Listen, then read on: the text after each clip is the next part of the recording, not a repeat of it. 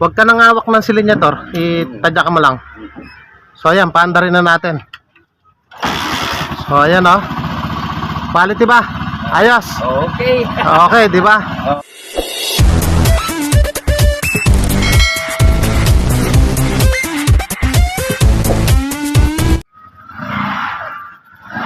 Dito. Dito. Oh, tingnan mo, namamatay ah. Nakapusin na, namamatay. Namamatay. Oo. Kahit mainit, namamatay. Oo. Anong pinalitan dyan? Ha? Ano nang pinalitan? Yung stator at saka yung kuan. Dahil na ganun din. Tsaka yung anong tawag doon? Yung lining. Nagpalit ng stator tsaka clutch lining. Wala, lining. Oh. Lining. Tapos, Kasi stator. stator namamatay pa rin. Oo. So yun mga padreng, magandang araw sa inyo na nabigyan tayo ng pagkakataon na makapag-video tutorial itong modelo natin TMX 125 Alpha. Pinalitan na daw ito ng stator, clutch lining, wala pang isang buwan sir? Oo, yung dalawang yan, wala pang isang buwan pero meron na siguro yung pag na hahams ka namamatay ganon. oo, kahit hindi siya, pagka nag-minor ka, namamatay. Basta nag-minor namamatay. Oo. So pag nag-minor daw kahit mainit yung makina, pag nag-minor siya namamatay. Ano kaya ang problema nitong TMX 125 Alpha na ito? Yan yung ating aalamin. Kaya wag na nating patagalin. Tara, simulan na natin. Padreng, ang gagawin natin dito dahil ang sinasabi niya, kapag nag-minor namamatayan. So sa pagto-troubleshoot ng motor padreng, dapat alam natin yung step by step, yung hindi natin hinuhulaan. So kagaya ng namamatay yung motor, saan nga ba nagmumula yan mga padreng? Dalawa lang yan. Kundi sa gasolina, sa kuryente. So ang una natin gagawin dyan, dun muna tayo sa may spark plug nya. Check natin kung malakas yung binubuga na kuryente. Ang sabi ni padreng, kapapalit lang daw ng stator. So sa madaling salita, siguradong napakalakas nito, ng kuryente nito. Kasi kanina nakita ko siya pag pinapaandaran niya, one click lang naman eh. Pero kapag nag-minor na siya, namamatay. So yan ang ating alamin. Doon muna tayo sa spark plug. Once na may kuryente yan, lilipat tayo sa gasolina. So yan ang ituturo ko sa inyo kung paano natin i-troubleshoot yung motor na walang magandang minor. So tara, simulan natin. So tanggalin na muna natin tong kapasi noise. Check natin tong kanyang high tension wire. Yan, pinalitan ko rin yung kuha ko. Sabi sa kuha ko na. Sabi ng bata mo. Tanggal na oh. Pinalitan na nung mapalitan. Wah, nung ginagawa, hindi ko na ang problema yan. Tinataman na rin. O di, kumandak ko ba? Anak, wala ko, hindi rin nagtagal. Kumano na lang, anak. So check natin tong kanyang kuryente kung malakas to. Pakitadyakan mo nga padreng. Check natin kung malakas yung kanyang kuryente. Okay, tadyak. Isang tadyak lang. Ay, nakakambyo. Sige, ito pa.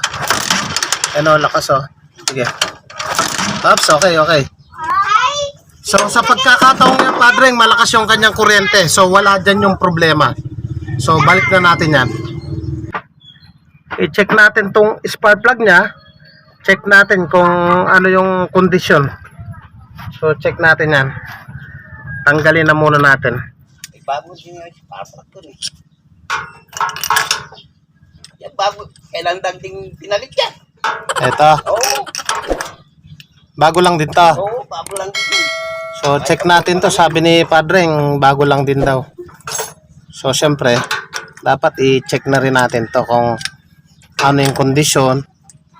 Nasa hood siya ng, nasa ita siya ng hood ng kwan. Kotse. So ito yung kanyang spark plug. Good na good pa yung kanyang spark plug. Ayan o. Good pa to. Ayan.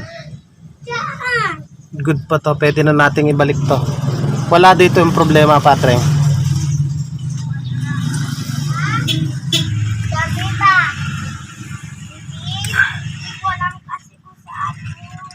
tinatamad akong bumasada pagka gano'n.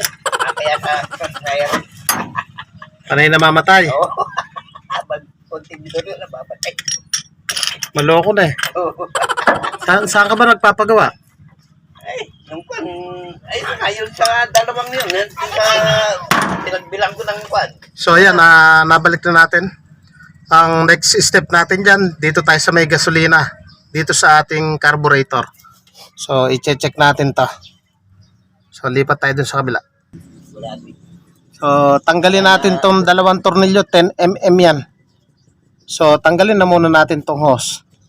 To, nakatagilid na yung kanyang ano, At tinagilid ko yan eh. para umabot yung hose. Tanggalin na muna natin to. Ayan. Hindi. Kumisan yata na So ayan na. Ah, nababawasan yung gasolina ko pa lagi. Ah. Tuntak yan eh. panay full tank to. Oo, ngayon ko lang So tanggalin natin yung ilang beses ko palang ginamit eh. carburetor. I-check natin yan. So hindi ko na ipapakita sa inyo yung pagtanggal. Dalawang tornilyo lang naman yan. Magkabila, tsaka screw. So cut na muna natin dito. A few moments later. Ano ba ako nangingi sa inyo? Ano ba ako nangingi sa inyo? Ano ba ako nangingi sa inyo? Hindi tayo napunta. Yan ang kinukuha ko sa inyo. Huwag nyo, alam ko naalala. At saka, ano ba yung napartin nyo? Ayun. Ayun,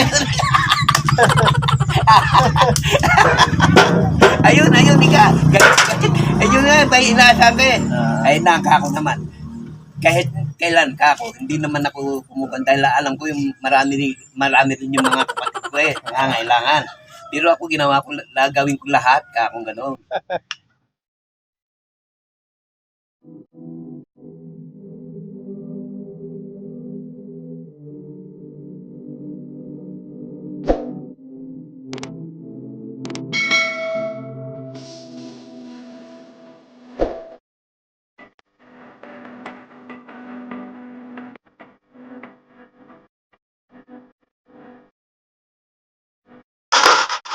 Padre, ito, nakita na natin yung problema kung bakit walang minor yung kanyang carburetor.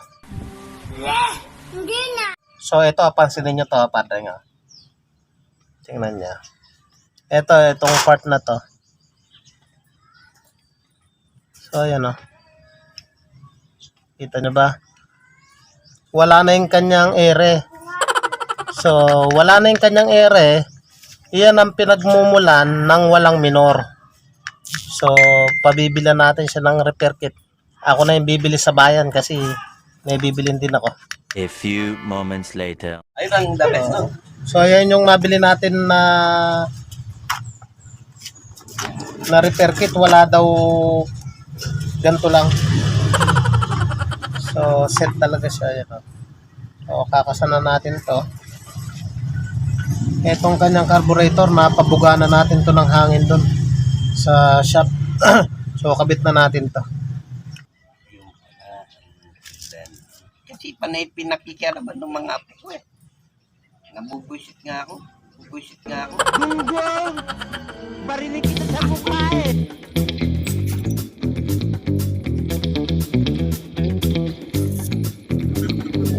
So ang gawin natin dito, sagad na muna natin, Padre. So ayan, nakasagad na siya. Tsaka natin pihitin ng 2.5. O, kalahati. Isa't kalahati. Dalawa't kalahati. So, ayan, 2 kalahati yung linagay natin. So ayan, 2 kalahati po yung linagay natin. So balik na natin yung kanyang floater. So ito, kabit na natin ito.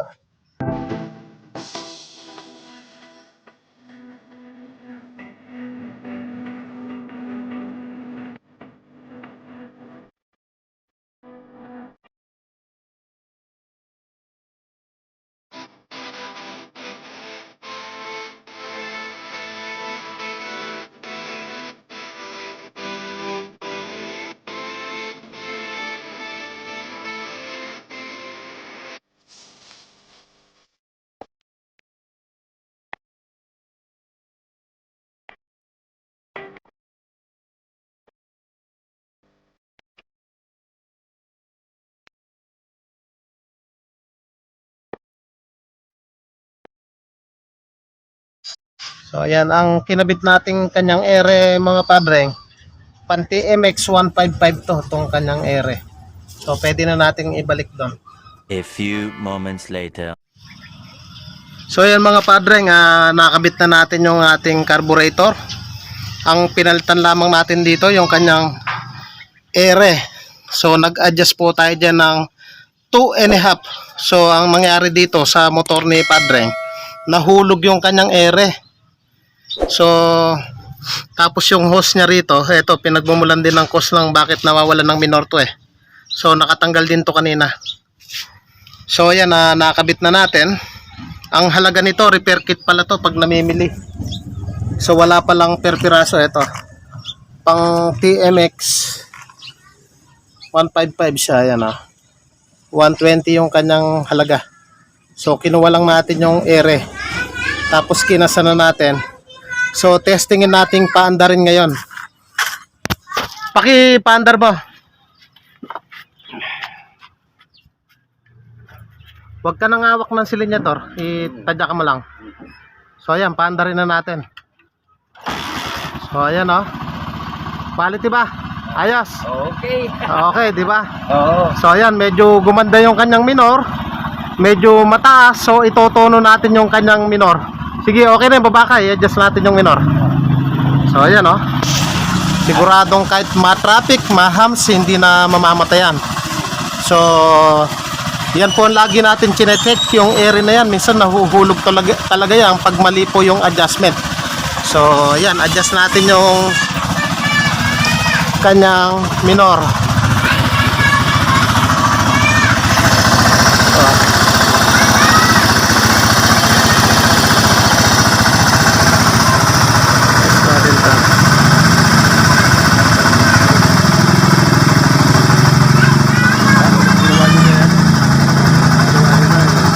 Ayan diba? Ang ganda mga padre.